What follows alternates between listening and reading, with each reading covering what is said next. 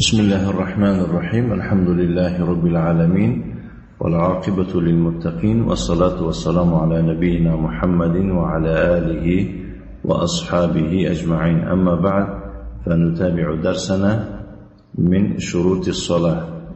إنك ما درس خود را دوام میدهیم از رساله شیخ الاسلام محمد بن عبد الوهاب بن سلیمان بن علی رحمه الله تعالی به نام شرط های نماز. ما شرط های نماز را تمام کردیم با تمامی دلیل هاش. اختصارا وایها را گذاریم به دلیل. شیخ الاسلام گفت در اول این کتاب که شروط الصلاة 9: الاسلام والعقل والتمييز ورفع الحدث وازالة النجاسة وستر العورة ودخول الوقت واستقبال القبلة والنية. این یعنی که 9 تا شرط نماز می باشه. باید اینا را از زیاد حتما دانستن در کار است. حتما دانستن در کار است. با دلیل دانید خیلی هم خوبتر می شود. اکنون بعد از شرط های نماز، البته در داخل این ما شرط و فرض های طهارت و شکننده های طهارت هم گذاشتیم. و ارکان الصلاة 14. اکنون بر رکنهای نماز گذاشتیم. این هم خیلی هم ضرور است. القيام مع القدرة وتكبيرة الإحرام وقراءة الفاتحة والركوع والرفع منه والسجود على الأعضاء 7 والاعتدال منه والجلسة بين السجدتين والطمأنينة في جميع الأركان والترتيب والتشهد الأخير والجلوس له والصلاة على النبي صلى الله عليه وعلى آله وسلم والتسليمتان. اینها 14 رکنی نماز می باشند. شرط ها از رکن ها آن فرق نمیگه. شرط ها پیش از داخل شدن به نماز است. فهمیدید؟ شرط ها رو به جا آورده. وقتی که شما در نماز داخل میشید و در درون نماز این رکن ها می باشند. خلاصه نماز 14 رکن داشته است. قیام، راست ایستادن، مع القدرتی یعنی که در وقت قدرت و توانایی. فهمیدید؟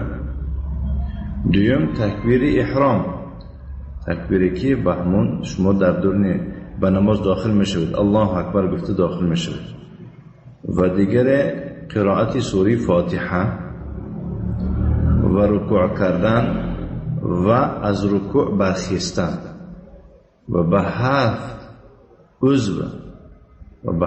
عضو سجده کردن، یعنی 2 کف دست و 2 زانو و 2 کفای پا که گویم سر انگشتان و پیشانی همراهی بینی، به 7 اعضا سجده کردن.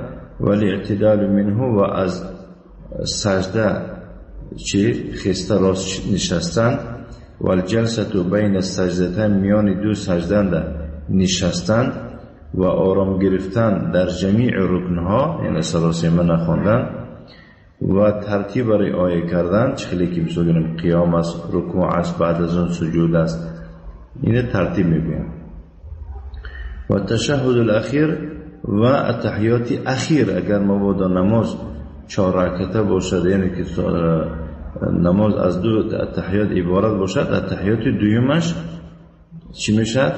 آخرون تشهدش رکن میشود، یکمش واجب میشد. اگر مبادا نماز یعنی که از 1 تشهد عبارت باشد، همون 1 تشهدش تشهد اخیر حساب میشود، رکن میشود.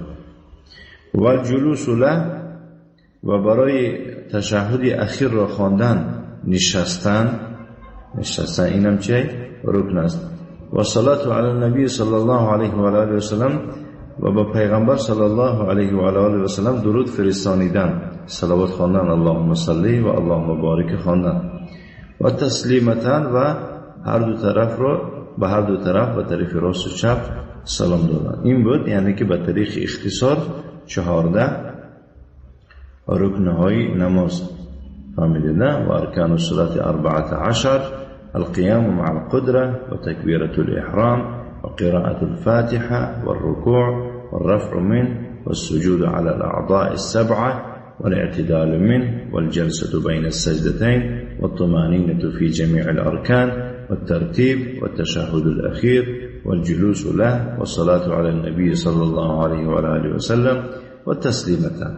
اینها یعنی که بودن که 14 رکنی نماز. انشاءالله در آینده بعد هر کدام را دلیلش گفته میگذاریم.